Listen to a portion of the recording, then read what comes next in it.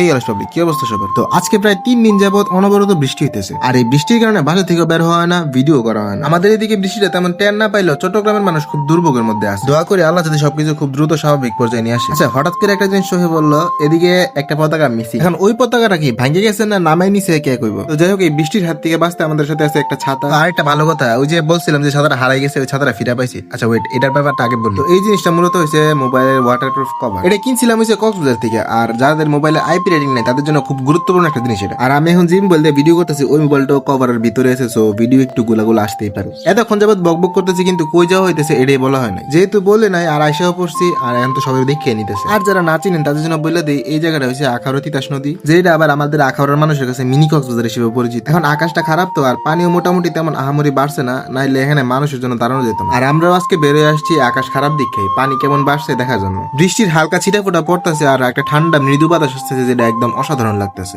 এই বাতাসে শার্ট উপরে উঠে যায় তোর। আচ্ছা যাই হোক, আমরা ভাবছিলাম এখানে এসে একটু বসবো, কিন্তু যে পরিমাণে ভিজা, বসার মতো কোনো উপায় নেই। আর এই জায়গায় কতক্ষণ দাঁড়িয়ে থাকবো? এতক্ষণ কি দাঁড়িয়ে থাকা সম্ভব? এখন বসার একটা জায়গা বের করতে হবে, যে জায়গায় বাতাসও লাগবো আর আরামও পাবো বসে। আচ্ছা, আমরা বসার একটা জায়গা বের করি, আর এই ভিডিওটা এখানেই শেষ করতেছি।